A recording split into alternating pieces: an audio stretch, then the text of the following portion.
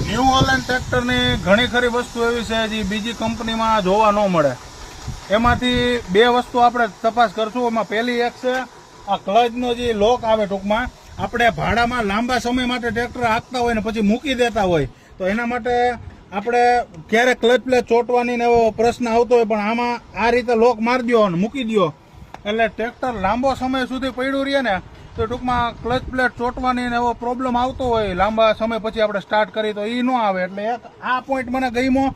અને બીજો પોઈન્ટ, આપણે પાછળ ટ્રેક્ટર ગમે એવું હોય એટલે એમાં સેન્સિંગ પોઈન્ટ અલગ અલગ આપતા હોય. સોનાલિકા જેવી કંપની તો 4 સેન્સિંગ પોઈન્ટ આપતા હોય, પછી મહિન્દ્રામાં મોસ્ટ ઓફ 2 સેન્સિંગ પોઈન્ટ આવે છે. આવું બધું તો આવતું હોય, પણ સેન્સિંગને અટકાવવું ક્યારેક જરૂરી બને. જેમ કે રોટાવેટર જેવી વસ્તુ હાલતી હોય, ઘડિયા ઘડિયા ધડ ધડ ધડ ધડ ધડ ખડકા મારતી હોય તો એમાં સેન્સિંગ બગડવાના ચાન્સ છે ટ્રેક્ટરના. પણ હોલેન્ડમાં એક એવી વસ્તુ છે જે નોટ કરવી જ પડે, એમાં કોઈનું ન હાલે, અને એ છે આ પાટો.